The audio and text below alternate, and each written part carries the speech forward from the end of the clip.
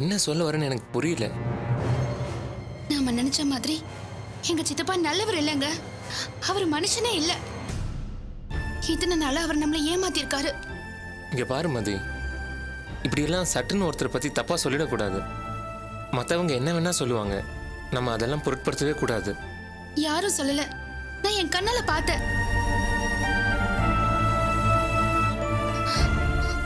நடராஜ தேடி போலீஸ் சித்தப்பா வீட்டுக்கு போகுதுன்னு நானும் பின்னாடியே போனேன். போலீஸ் கிட்ட நடராஜ பத்தி சித்தப்பா பேசினதெல்லாம் கேட்ட பிறகுதான் அவர் இத்தனை நாளா நடிச்சிட்டு இருந்தாருன்னு தெரிஞ்சது. எங்க அம்மா சொன்னதுதான் உண்மை. அவர் எங்களை பழி வாங்கறதுக்கு தான் இத்தனை நாளா வேஷம் போட்டிருக்காரு. அவர் பண்ணது எல்லாமே டிராமா. இங்க பாரு மதி, எனக்கு நீ மட்டும்தான் முக்கியம். உங்க அம்மாவோ ஏன் எங்க அம்மா கூட எனக்கு 2ஆம் பட்சம்தான். அப்படி இருக்கிறப்போ யார் இந்த சித்தப்பான்னு ஒருத்தர்? நம்ம ஏன் அவரை பத்தி கவலை பண்ணோம்? விட்டு தள்ளு மதி. எனக்கு இந்த ஒரு வார்த்தை போதுங்க. எங்க எனக்காக நீங்க ஒண்ணு செய்வீங்களா? நம்பிக்கை இல்லையா? என்ன செய்யணும் சொல்லு மதி. அந்த ஆளு கொடுத்த 5 லட்சத்தை தூக்கி அவரை மூஞ்சிலேயே விட்டு எறியணுங்க.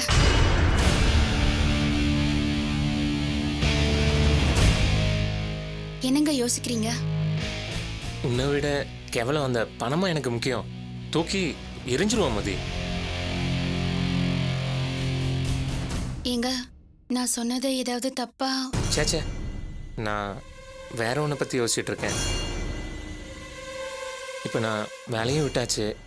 இந்த பணத்தை வச்சு தான் இன்ஸ்டிடியூட் ஆரம்பிக்கலான்னு யோசிச்சுட்டு இருந்தோம். அது பரவாயில்ல, பணத்தை எப்போ வேணால் சம்பாதிச்சுக்கலாம். ஆனால் என்னன்னு சொல்லுங்க. வேண்டாம் மதி, அப்புறம் நான் ஏதோ பணத்துக்காக பேசுகிற மாதிரி ஆகிடும். இல்லைங்க, உங்க மனசுல என்ன இருக்குன்னு சொல்லுங்க. இல்லை, ஏமாத்துறவனை விட ஏமாறவனுக்கு தான் அதிகம் தண்டனை தரணும்னு சொல்லுவாங்க. கேள்விப்பட்டிருக்கியா? அப்படி பார்த்தா உனக்கு, உங்கள் அம்மாவுக்கு, நடராஜுக்கு தான் தண்டனை அதிகமாக தரணும். உங்கள் சித்தப்பா உங்கள் எல்லாரையும் ஏமாத்திட்டு இருக்காருங்கிறத அவரை பார்த்த முதல் பார்வையிலேயே நான் கண்டுபிடிச்சிட்டேன். கேவலம் இந்த 5 லட்சத்தை நாம் பிச்சைக்கார மாதிரி அவர்கிட்ட கையேந்தி வாங்கணும்னு அவசியமே இல்லை. ஏன்னா இது உங்கள் பங்கு, உங்கள் பணம், உங்கள் சொத்து. கதிர் ஸ்டோர்ஸில் உங்களுக்கு சரி பாதி பங்கு இருக்குன்னு ஒரு சின்ன உண்மையாவது உங்களில் யாருக்காவது தெரியுமா? முதல்ல பாட்டியோட பூர்வீக சொத்தை வித்துட்டதா சொன்னாரு, அப்புறம் விற்க போறதா சொன்னாரு, கடைசியா இப்போ விற்கல, ஆளுக்கு 5 லட்சம்னு சொல்லி கொடுக்குறாரு. இதை ஏன்னு நீங்க யாருமே கேட்கலையே மதி.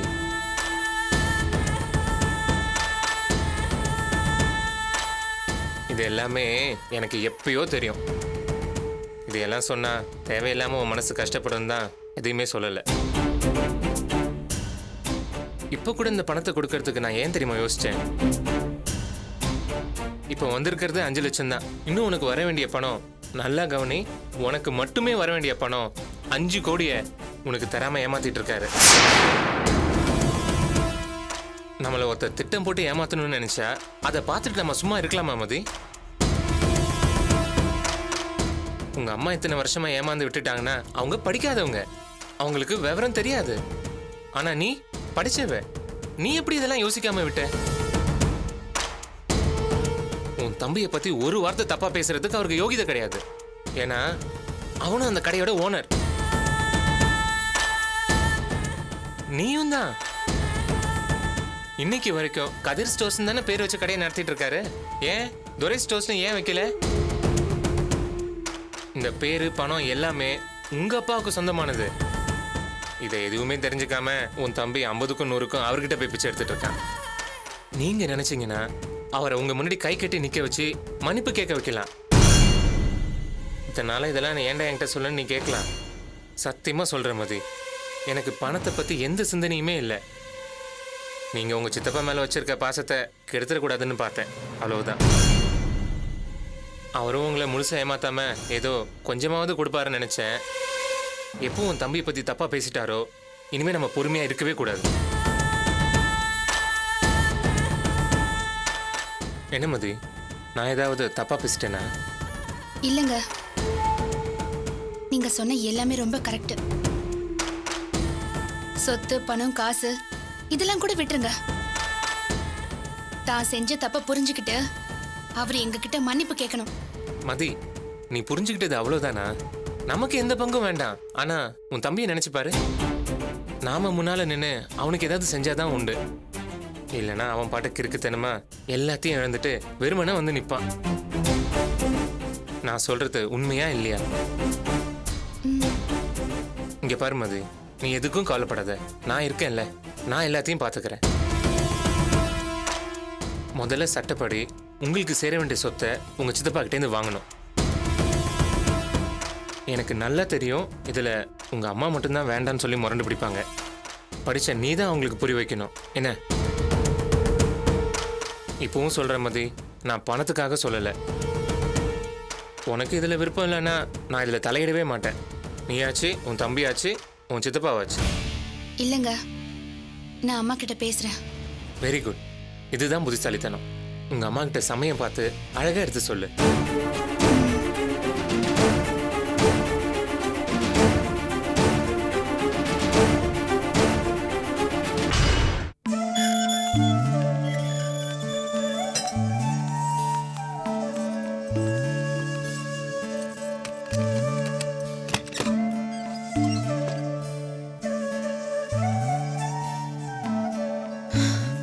நல்ல வேலை, லக்ஷ்மி அம்மா தயவால எந்த பிரச்சனையும் இல்லாம நல்லபடியா முடிஞ்சது. குட்டி, அம்மாக்கு ஏற்கனவே லேட் ஆயிடுச்சு. என்னதான் நம்ம டாக்டர் அம்மா வீடுனாலும் அடிக்கடி லேட்டா போனா நல்லாவா இருக்கும்? இன்னைக்கு ஒரு நாளைக்கு மட்டும் நட்ராஜ்க்கு என்ன வேணும்னு கேட்டு அவனுக்கு செஞ்சு கொடுத்துரு. முதல்ல அவனுக்கு காஃபி போட்டு கொடுப்போம். அம்மா, நான் பாத்துக்கிறேம்மா, நீ முதல்ல கிளம்புமா. சரிம்மா, நான் டாக்டர் அம்மா வீட்டுக்கு கிளம்புறேன். சூர்யாவை பாத்துக்கோப்பா, நான் வரேன். நட்டு, இருடா, நான் போய் காஃபி போட்டு கொண்டு வரேன். அதெல்லாம் ஒண்ணு வேணாம். இங்க பாரு நட்டு, நீ என்ன திட்டு அடி, ஆனா நான் உன் மேல எவ்வளவு பாசம் வச்சிருக்கேன் தெரியுமா? நீ தாண்டா அதெல்லாம் புரிஞ்சுக்காம என்கிட்ட சண்டை போடுற. ஆனா அப்ப கூட நான் உன்னை கோவத்துல பேசிட்டு ஐயோ நம்ம அண்ணனை நம்ம திட்டோமேன்னு வருத்தப்படுவேன் தெரியுமா? இப்ப கூட உனக்கு ஏதாவது ஒண்ணுனா நம்ம அம்மா தான் துடிச்சு போய் வந்து பாக்குறாங்க. கடைசி வரைக்கும் நமக்கு எல்லாமே நம்ம அம்மா தாண்டா நட்டு.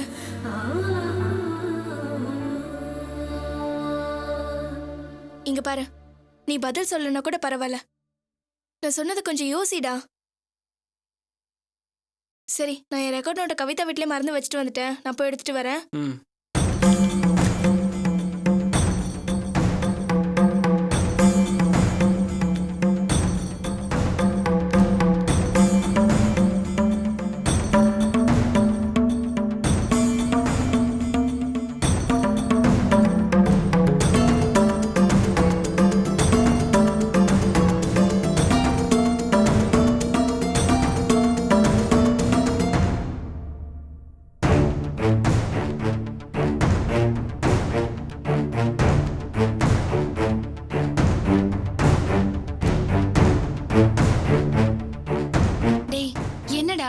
மறுபடியும் என்ன பிரச்சனை?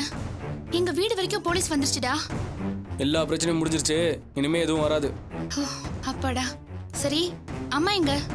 வேலைக்கு போயிருக்காங்க. சூர்யா? ரெண்டு வீட்டுக்கு போயிருக்கா. டேய், நான் உன்கிட்ட ஒரு முக்கியமான விஷயம் பேசணும். என்ன சொல்லு? அம்மா சொன்னது ரொம்ப கரெக்ட். நம்ம சித்தப்பா நல்லவர் இல்ல. இப்பதான் எல்லா பிரச்சனையும் முடிஞ்சிருச்சுன்னு சொன்ன, இனி புதுசா ஒன்று ஆரம்பிக்கிற. யார் சொன்னாலும் நீ நம்ப மாட்டேன்னு எனக்கு தெரியும். டேய், நான் உன் கூட பிறந்தவ. உன் மேல எனக்கு அக்கறை இருக்கு. இதை பாருமதி, நான் ஏற்கனவே ரொம்ப நொந்து போயிருக்கேன். என்ன டார்ச்சர் பண்ணாத.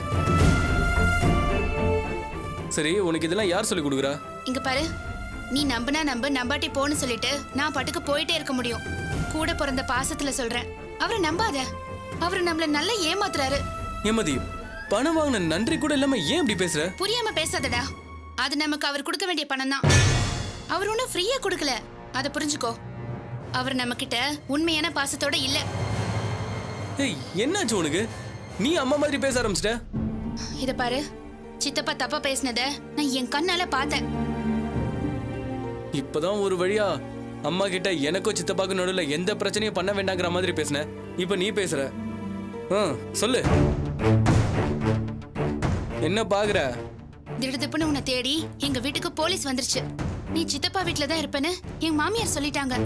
போலீஸ் சித்தப்பா வீட்டுக்கு போகவும் மனசு கேட்காம நான் உங்க பின்னாடியே போனேன். அவங்க உன்னை பத்தி விசாரிச்சப்போ சித்தப்பா உன்னை பத்தி தாறுமாறா சொல்லிட்டு இருந்தாரு. அவருக்கும் நமக்கும் எந்த சம்பந்தமும் இல்லையா, ஏதோ போன போதுன்னு உதவி செய்யறாராம். நீ இவ்ளோ மோசமானவன் தெரிஞ்சிருந்தா உன்கிட்ட கான்டாக்டே வச்சிருந்திருக்க மாட்டாராம். என்ன மதி சொல்ற? சித்தப்பா அப்படி சொன்னாரு?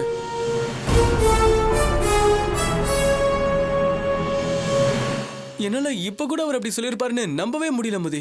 நம்பாம அவர் பேச்சு கேட்டு நாசமா போ. யார் வேண்டானா? அவர் எதுக்கு இப்படிலாம்? அம்மா சொன்ன மாதிரி அவர் நம்மள பழி வாங்குறாரு. அதுக்கு நம்ம 2 பேரையும் யூஸ் பண்றாரு. உண்மையான பாசம் இருக்கிற மனுஷனா இருந்தா அவருக்கு இருக்கிற செல்வாக்குக்கு போலீஸ் கிட்ட இருந்து அவரால் உன்னை காப்பாற்ற முடியாதா? இங்க பாரு, நான் சொல்றதெல்லாம் நம்ம அப்பா மேல சத்தியமா நிஜம். இதுக்கு மேல நம்புறதும் நம்பாததும் உன் பொறுப்பு. இதுக்கப்புறமாவது அவரை புரிஞ்சு நடந்துக்க. என்ன யோசிக்கிற? இல்ல, அவர் எப்படி இப்படின்னு தான். அப்போ நான் சொன்னது நீ நம்பல இல்ல? நான் இப்பவே போய் அவர்கிட்ட இதை பத்தி கேக்குறேன். ஏண்டா, நான் இவ்வளவு தூரம் சொல்லியும் உனக்கு நம்பிக்கை வரல? என்னமோ பண்ணிட்டு போ. ஆனா இனிமே அந்த மனுஷன்கிட்ட எனக்கு எந்த ஒட்டு உறவும் கிடையாது. என்ன இவ இப்படி சொல்லிட்டு போறா? ஒருவேளை சித்தப்பா அப்படி சொல்லிருப்பாரோ? இல்ல, அவர்கிட்ட போய் இதை கேட்டலாம். ஆனா பாஸ், இணைந்து விட்ட இரு இதயங்களை அந்த கடவுளாலையும் பிரிக்க முடியாது தானே? ஆமா, அப்ப எதுக்கு பாத்துல வேணாம்னு சொல்லலாம்? அதானே. பாஸ் பாஸ், அந்த மொதல் என் மனசுக்குள்ள இருக்கா. அதான் அங்க இருக்கா. எங்க இருக்கா? ஏதோ இந்த மொபைல்ல கூட இருக்கா. சொல்லி என் கொள்கையில கூட விட்டுட்டு ஒரே ஒரு தடவை கிஸ் பண்ண பாஸ். என் மொதல் இப்ப செல்போன்குள்ள இருக்கா. அதை நான் இப்ப உங்களுக்கு காட்ட போறேன். என் மொதல் என் செல்போன், சாரி பாஸ், என் மொதல் என் செல்போன்ல கூட இருக்கா. நல்லா பாத்துக்க பாஸ். இதான் என் மது, மை மது.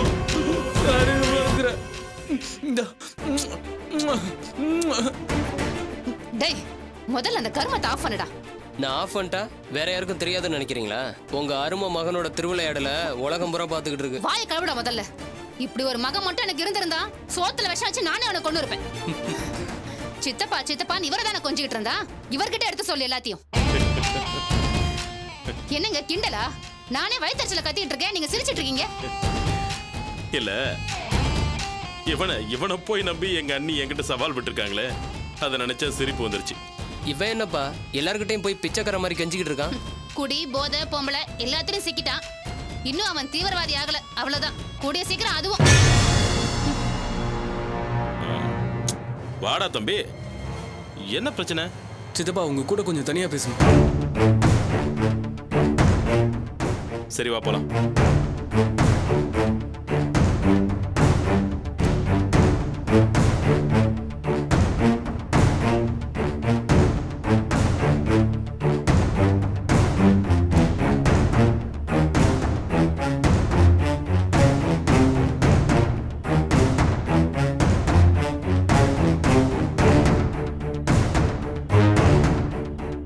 சித்தப்பா, ஏன் சித்தப்பா இப்படி பண்ணீங்க? போலீஸ் என்ன தேடி இங்க வந்தப்ப என்ன தெரியவே தெரியாதுன்னு சொன்னீங்களாமே. எனக்கும் உங்களுக்கும் எந்த சம்பந்தமும் இல்லைன்னு சொன்னீங்களா?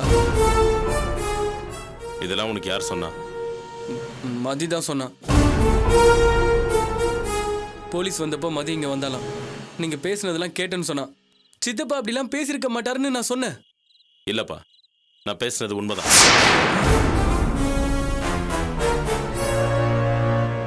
உனக்கு எனக்கு சம்மந்தம் இல்லைன்னு சொன்னது நிஜம்தான்ப்பா.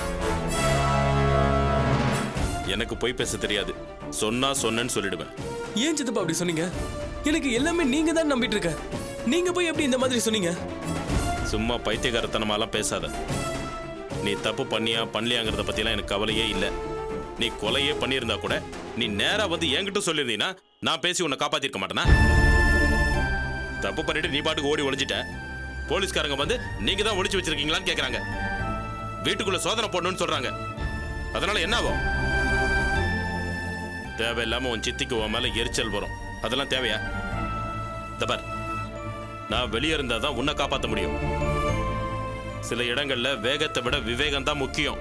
அதான் அவங்கள புத்திசாலித்தனமா பேசி அமிச்சிட்டு நான் லாயருக்கு ஃபோன் பண்ணிட்டு வந்து உட்கார்றேன். நீ வந்து என் சட்டையை பிடிச்சி கேட்குற. ஐயோ இல்ல சித்தப்பா. என்னப்பா இல்ல? நான் உங்களை புள்ள மாதிரி இல்ல, பிள்ளையாவே நினைச்சிட்டு இருக்கேன். ஆனா நீங்க வேறையா தான் நினைக்கிறீங்க. சத்தியமா அப்படி இல்ல சித்தப்பா. பின்ன எப்படிப்பா இந்த மாதிரி ஒரு நினைப்பு வந்துச்சு? அதுவும் மதி மதி போய் எப்படி? இந்த பார், உன் சித்தப்பன் கத்தி எடுத்து குத்த வர்றான்னு யாராவது சொன்னா கூட அது நல்லதுக்காக தான் இருக்கும்னு நீ நினைக்க வேண்டாமா? மனசார 10 லட்சம் ரூபாயை தூக்கி கொடுத்தவன்ப்பா நானு. என்ன போய் சந்தேகப்படுறீங்க? சாரி சித்தப்பா. இல்லப்பா, இதுக்கு மேல இது சரி வராது. ஐயோ அப்படிலாம் சொல்லாதீங்க சித்தப்பா. வேற என்ன பண்றது? இத்தனை நாளா உங்க அம்மா தான் என்ன ஆகாதுன்னு சொன்னாங்க. இப்ப மதியம் அவங்களோட சேர்ந்துட்டா. எதுவும் வேண்டாப்பா. என் ரத்த பந்தங்கள்லாம் கஷ்டப்படக்கூடாதுன்னு தான் நான் இவ்வளோ பண்ணேன்.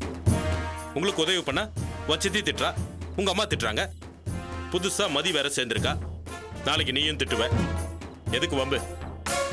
இனிமே நீ என்ன பார்க்க வர வேண்டாப்பா.